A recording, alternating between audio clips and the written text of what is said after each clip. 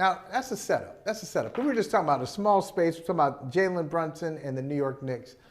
I want to ask you this. You, NBA historian, I want to ask you this question. This is where the category that I pushed up when you started talking about like NBA history.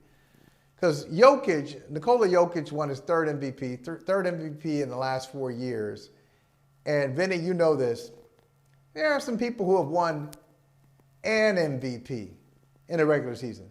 There are some guys who have won a couple of MVPs in the regular season. But three-time winners are rare. And you're talking about the likes of Magic.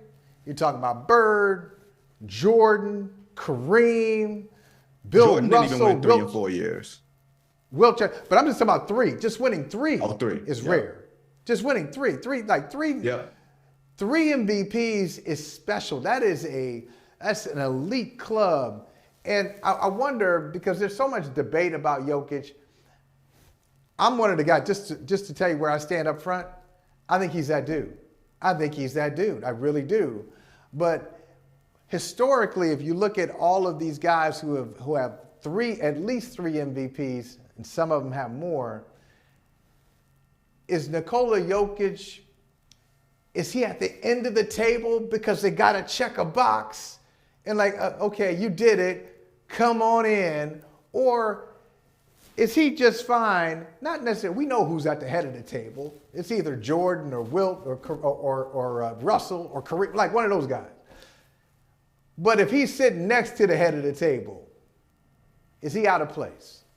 Like, how do you? And essentially, what I'm getting at is, where do you put Nikola Jokic historically now that he has reached this historic milestone? I think he's knocking on the door. I think it's hard to deny what he's done. The 3 MVPs in 4 years, especially when the second closest competition is another generational center in Joel Embiid, and he has cleared that field. I think even you're seeing it this year. He's in a place I like to call the Elijah zone, the place where, you're looking up and all of a sudden you're down 2-0. You're facing insurmountable odds against a team that is built to beat you, that has 3 big dudes that they want to beat you up and beat you down. I think if he reaches a second NBA championship this year, I think that puts him in the category. It's hard to put him with Kareem because I think it's hard for us to contextualize Kareem, right? Right. Because so much of it people didn't see. And then so much of it was associated with the Lakers of the 80s where Magic won Kareem won that type of thing. But when you win 3 MVPs in a modern NBA, that's up there with Larry Joe Bird. You know what I mean? And Larry Bird has 3 MVPs, 3 championships. Magic has 3 MVPs, 5 championships. So he's got a ways to go. But I think he can get to the door in a way that other people wouldn't even, like maybe he passes David Robinson. You know what I mean? In that way. Like David Robinson was an exceptional player. But I think that he will put himself in the Hakeem Olajuwon, Tim Duncan category with a second championship and 3rd MVP. Yeah, and you know what, Vinny, you know this. When you get to that 3rd, you want to bring out the haters, I want you to do 2 things. Okay, if you're an NBA player and you say, "Well, where are the haters? People are so friendly around here. I don't understand what you're talking about, haters." Do 2 things. Go ahead and win 3 MVPs in a short span, and the haters will come out. Or mess around and be unanimous MVP. Okay, mess around and do that, because it just brings up so many arguments and so many debates. Like I remember, so this is where age works out well for you.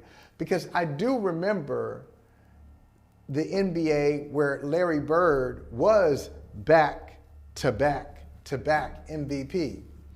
Now, Dennis Rodman took it too far of your Pistons. Dennis Rodman took it too far.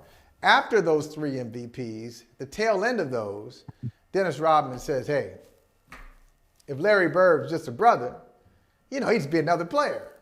But now, because he's white, you guys are hyping him up."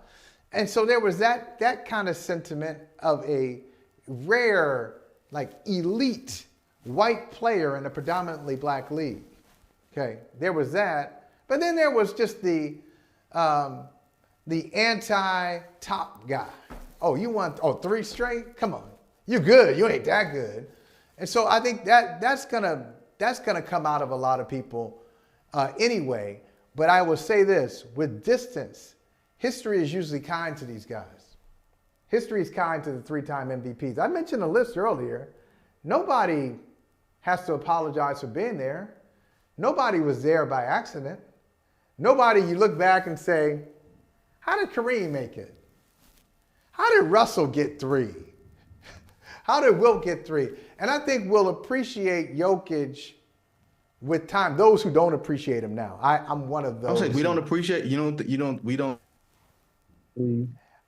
appreciate it now. I think you know what it is? It's the aesthetic.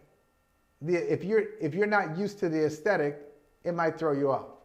If you like look, we all know like the Jordan, not just Jordan, Dominique, Anthony Edwards, the high flyer, the explosive, the 41, 42-inch vertical guy, the oh my God, how did that happen guy? Even like a Kyrie with the wizardry and the dribbling, and like they don't make commercials. Ain't no Questlove commercial with Nikola Jokic doing a no-look pass. There was a commercial with Kyrie and the dribble to the drums. Okay, that's dope. So you might get caught up in the very thoughtful, at times esoteric aesthetic of Jokic, and you'd be like, yeah, how great is that? How great is that? I don't know. But if you watch him, no. I will tell you this.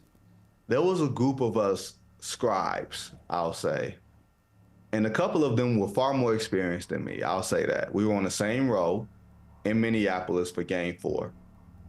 Well, I'm in Denver right now for Game 5.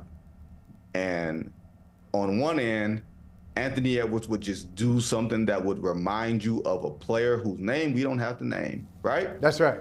He would just do something. Yeah. And I would grab the person's shoulder next to me like, oh my God, did you just see that? And then Jokic would, do like one of those Magic Johnsons, look left, throw right. And the most experienced on the press row, I would just look down and he just had his head down, just shaking his head, laughing. You know what I mean? You just shake your head laughing. Like, so I think that there is a great appreciation for Nikola Jokic.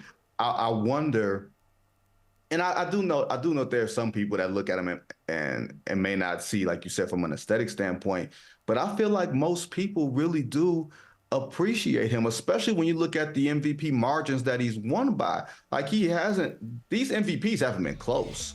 Like last year, the conversation got toxic. Don't get me wrong.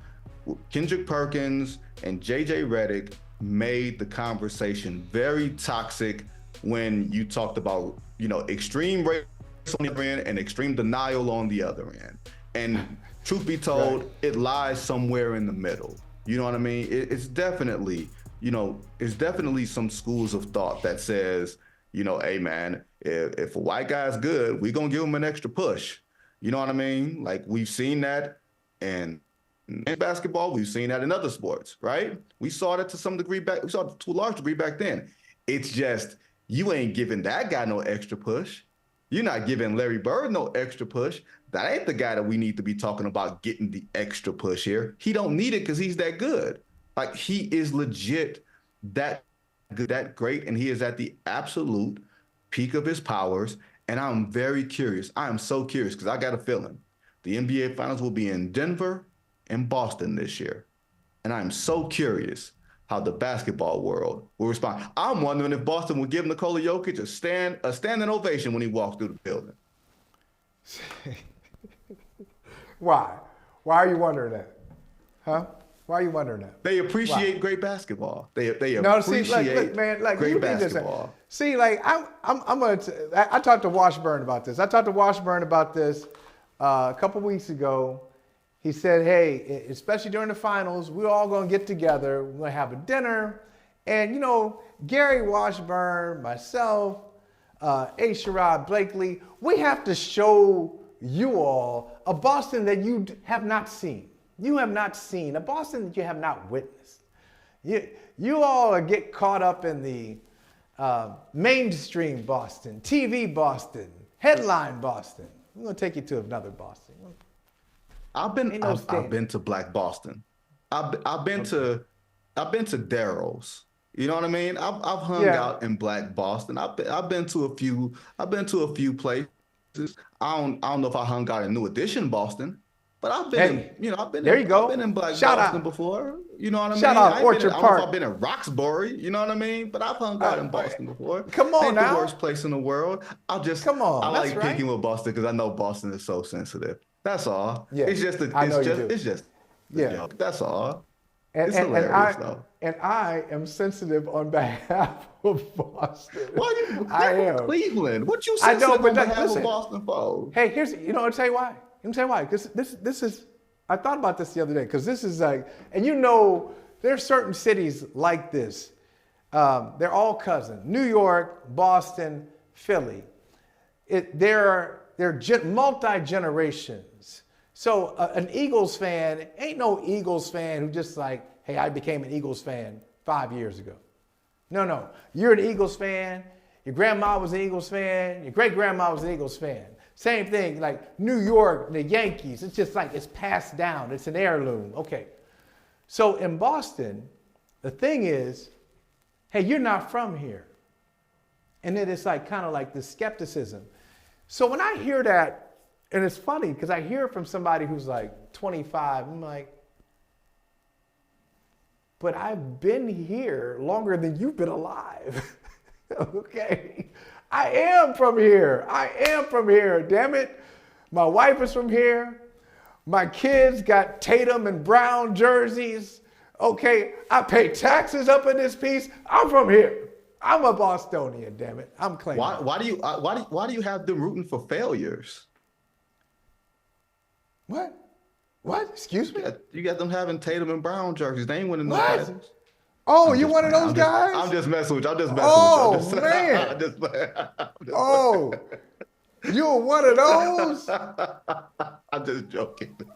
Hey, thank you for watching Brother from Another. If you haven't hit that subscribe button, go ahead and do that now. Don't forget, you can catch us 3 to 4 weekdays on PeacockTV.com and on Sirius XM Channel 85.